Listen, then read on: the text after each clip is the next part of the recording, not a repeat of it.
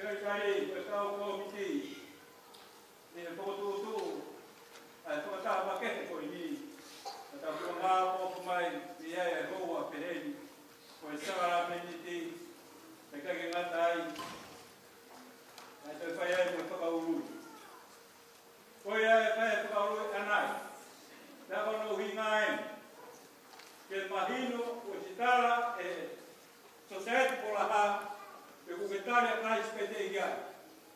Então, o escari é coreano que me ha te forma anai. Então, o na te que tari, o Folaha ko que me ha mai buan. Sai de o hene vai ta manda pe. O que garoto ko vai, te avereva o moa que sias que caugia. Porque ha pe sias que caugia, e ave que ko fai pecado. O que pode então se eu vou cair no tal lado ciência, no tal lado ciência para isso, com mais uma coisa, o rangue na cara do pai da terra que lá o esse lá. Como a mulher até muito ano, o povo é muito ano como filha que patongia. Já vai por como mulher por muito Folaha bem. Então já ainda na dia ma pada kalau to a beta gila pero sisu koe pode pegar o mata para malo koe ni ekoma que motu a Folaha koe ni que tuat mentuan koe que para malo society te lava ole sita e pure ama le ha que ha i periote koe ki ikolo si ko Folaha que de sita e pure ama usila para malo la Moe whakama motuani, ka lawa ke wanoa tahani ma, kau Fakatahataha Folaha. Ke whakapetaki, ka me ma mastara roto motua me kua whai. Toko apien hawe hala, kau nau tukua ke he, moe, kau hi, hange ka ko. Ai isi ali kotoa te ki seu saia. E nau pia ke ko, kura tukanga. Ko hange Folaha, ke whakamaa a koko kukatai, ke nau koko, ke nau koko. Koe e whakamai ke mea koe kai tōku MATAFAHI. Kā ko manukia ki moutou i e kua kua KALAISI. KAKATO kai manukia ki moutou. He o noka ki moutou e lau maare o ka ana e lau nangi iyo e lau maare koe o tua. Koe kākia koe e manuki. Koe manuki o ki kā koe lau. Koe lau i koe ki koe tā. Koe le reina ne whai, toka kāwina ne whai. Koe lau e koe ko hika kawina ne whai, ka manuki i, tongu no manuki i ona. E koe vai kai ai. Ka kapau manuki i koe hiko e le rei, kule whai ia sisu KAISI, ka tāme na monui a ko. Ke nāwhi a KALAISI, ka ke tui a KALAISI. Ai e te mō whakatongai, e sani mā seuke, e ona ai ha moutou taha, e moua ha mamai, ko hane whakapō. Te koa kai haa, te koe whai a tōru, te ko hane kau noa i ha mea. Katonga, koe lawi ko tau Folaha, hangani COVID a tau whai te kōhi. Ka koe te ala e tau kau Folaha, ke whai e rei, ko hiku KALAISI. Koe lawi e pe, ka moni, e lawa tō lahi. Koe ko te loa ai. Ko toa ko te loa mo here peru. Tau te toa pe mo e toki. Kaha. Kai o mai ai kere tā whakatou mai. Koe toki. Te whakatou mai he tā whakatou mai tā he lau e te tapu. Koe taimu tere a ke anu. Alo ke tā. Ka mana tuyu kia e mata kia kita. Ko hi te kau mo kita. Ai hau e hele tā o hi, ke te whairere, pai mo te whairere, a ka kai ko whai kai toka nā, ka o hi, koe mahu i gai a tokta. Koe e o whamaro makehe atu, o mo toka makehe ke Folaha. Te ko hi, koe no ngā whakare ate mo whatongai, hina monu ia, ka o ngai te hei, koe ne KALAISI ane, ke oa tene maa.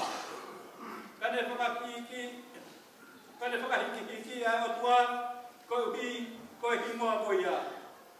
He koe kuonga eni, ke kamata e whakamahau, me he ako e o tua, te ka pau o kufua, whai ka te kitau tolu, koe hāpū ha mō i kupanga. Agi nau tolu, o nau talamata, ke kōsperi a o tua. Te ka pau i kai a mei hao ai maa o ni, te e tū i whe, ai whakaotua ma te moanga hao. Koia, o ki nau tolu poki, o kumoa ki mahi, mamahi. Ke whinangara o tua, ke nau tuku ho nau lau maari e, ke whaide rei, ke tukui o tua, ai a koe toko taha, o ku whai ki e nerea. Ai a koe tau whaide rei ko toa pē, ko hikono kua wha, pe a koe tāpoki, mo kamonu e ko kai ko toa pē, o mnau whaide rei. Kainga. Kai ki ngāre a te au, e ko aru ki loma. O ko whi mama koe ni kou tui, me tui tapu. Ka aru a ki loma, pao ke tuama koe, o e whare roho tu lahi taha i mama ni, no tala roa koe, karatu puha ki ai, apita. Whano mo atu e tāmate ia, ko hi, koe kōsperi. Ka te lea pita ke hora. Ka mone aro tu pe koe au ke tua kolo, na pita ora me tangata. Ka pehe mai lewe tangata. Ko aru ki whe, ka pehe ki lewe pita. Ko aro atu ko whanau tala noa te nau kuke o tāmate. Ka pehe mai lewe tangata, kia pita. Te aru a koe. Ka aru a we me toi karu se whaia. Ka mone tapo ki mai lewe si o ko puria si anaia. Toi kuke a pita, o aru na nau kuke a pita, te ai, ke karu se whai, hangai ko sisu, ko hiko bea mune Malanga i, sisu karu se whai, sisu toi tu. Ai noi karu se whai, tako kore mea pita, oa te mohanga karu se whai au, ke hangai ko sisu. Kai karu se whai kuidi au. Alu uru ki lalo, alu wae ki uru. Ka koe mea ea au kui, e katolika, koe klotsi o pita, koe klotsi whakapea au a pehe, kouhi, ko pita. Nai kai roto ke kalu se whai e hange ko Jisu, ke kalu se whai kurikia, kuhi. Ai te hora, ka moene whakapisinga a Jisu. Kai, whare rotu lahi tahai ai mamani, o tioke ai, koi pou pe wha. Ka te ala e pou, ka ki lawa ki te kāpui, ka koi pou pe wha, ka koi tai moena e whai e kātoa, ka koi ki ai, moe whakataharahi na e whai, tara mai, ko mātiu, māke, loke, sione, ai hingoa mai ko koe wha. Ta korolo konua rewa, ko ua si ai, ai konua roto, ai kau, tu i tapu koto a whakaholo pe ai. Wau, ai ke roto mani. Pako tu i tapu ai ko pekia, mama o, ko i mamaine de whak mai maafu. Aia, whakato ngai, ta whako ki kua ke tau sipi, o ta whako ki roto,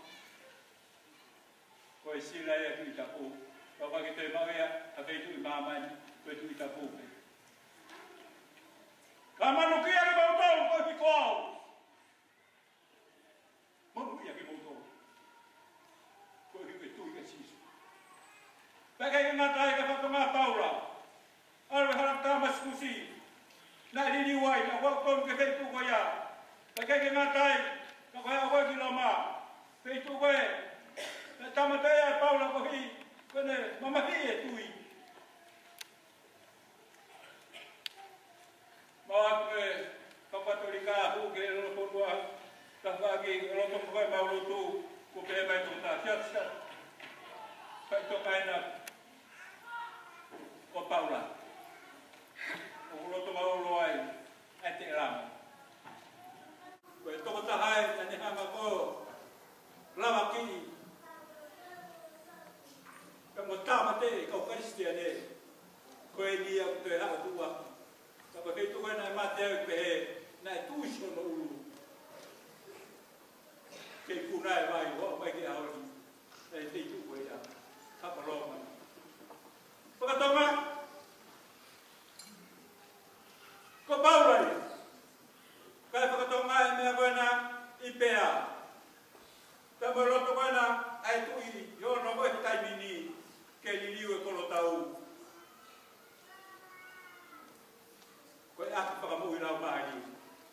Pe ai e ko si ke tu yo lunga. Pe ke ulo e ko to api. Apa sa. Pagai matai, e ko to mai, ato mas. Ko tara no ko ga lo to masi be na India. Tagal lo India malanga ya sisu. Ko malanga ya sisu be la he tu ya kakai. Pe pu ke ke tamatei, ko hi be la he ulu ya kakai ai. Ko ga be tamatei, pe ga no tamatei, ko ga va ka hai be ni ma moi va e ka fo no kiri. Ka fo ki ko ga me mama moi ni ko mama hi. Ka fo ko e kiri ka pe tamata to ko si va ki ato masi ke to ta ro to tu moi tao. Pe pe ya ki. Ko ka ni mo ai e tao. Ka mo ko te ki. To me le va tao. O kai pe maka. Ka ba maro ai ato masi. Ka Fakatahataha are ato masi. Kau kasih tonu, kau nak mata aku. Bawa sio, kela dah nak waka, kau tahu itu. Tapi teman, kau ini yang nak mamahi, kau dia mau ya, ay tahu kau kau nak waka. Kan, kau tu, kita ni sisu. Kamanuki aku kau di mana ni? Kamanuki aku lau besar lo tu. Kamanuki aku ke tahu Folaha, tahu kah jangan kerja kita di kamu. Jaga itu. Jaga itu kalau manuki aku ke sisu. Kalau manuki aku ke Folaha. LALANGA ya KALAISI, ke KAKATO. Kau kan itu kita. Kau hina tahu kaya sisu. Kalau manuki yang kita ke apa yang tahu manuki yang kita aku ke sisu. Kape baik kita bohi, berkata orang kau bayar dua apa sisu. Mereka sisu, kau bayar apa kau bohi. Keawat mele di bawah sisu. Kau bohi, baik KAKATO. Bohi mele ada sisu, tapi bohi mele amna kawan kesakalan ini.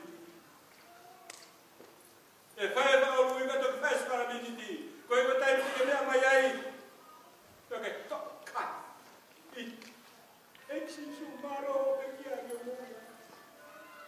Kami berjalan dua kali lalu nanti fikir semani, behai total kanan mata, behange, bukala balik, buasi, Folaha, bekange matai, kau buena matai, apa mau ini? Kau tak tahu ya, dah orang berkolosi, fuah sisu kan. Ata mau kita mati ai, kau hi bercara mata. Ata mau kita mau ai, kau hi bercara buah. Kau no hingaya, siapa nak bahaya dengan besu apa?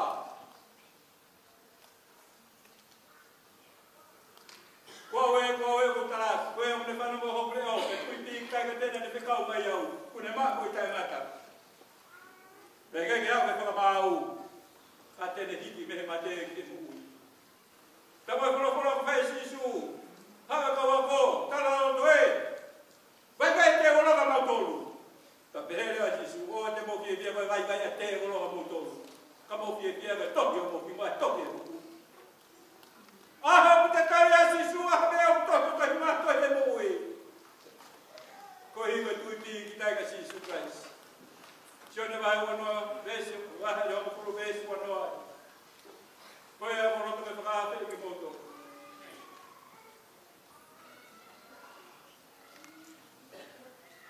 Kau yang orang tu bertanya sini supraisi, kau bertanya ini. Buat memang ini, kau yang orang tu bertanya Fakatahataha tui, bagaimana kami bagi orang.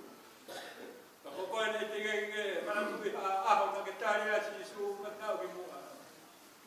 Kau yang hinga, kau yang ngaruh yau, ay taraloto. Tadi kita evangelion nama maut Fakatahataha. Kau yang tengah tanah foto kita mea. Tapi hidup di foto kita mea, ta, dia mahi papu, ta, yang ada mungkin apa orang yang berhau, kita maiki menutu Fakatahataha. Hak kita orang yang pertama. Iyo. Yang bohi kau dari noi kau, kaya pertama kau pai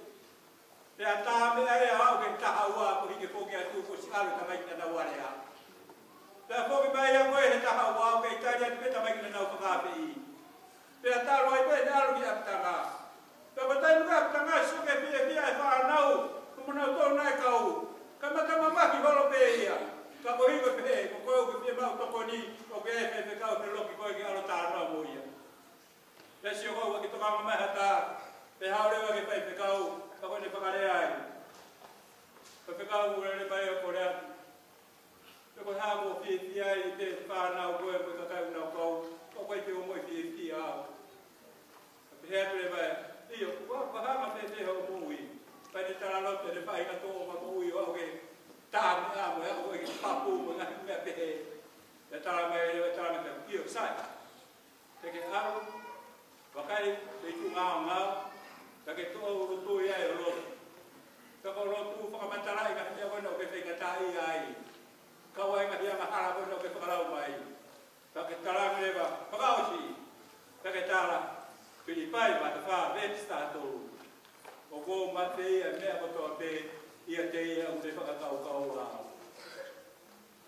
Ne alo me koe tukutu I mea rotu. Paka ne rotu me koe au whakaosi ake whakesi koe ne rau. Toko tāku ne whakamawhai au, whakakau au, whakaihi au. Ne āha ke. Siwa takatakai.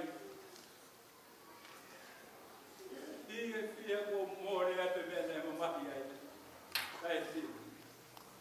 Taro e bēne aro ako kai tapu, taro e bēne aro pe whikau, tako tare ki teia, me ema ke riona mga o kataha.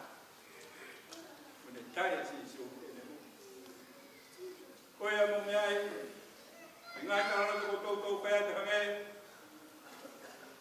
Tangata koe nei ririu koe piso ne koe hiko ate pek tapu. Lau pe ririu ai. Hoko tohi tapu, te whakakō tau.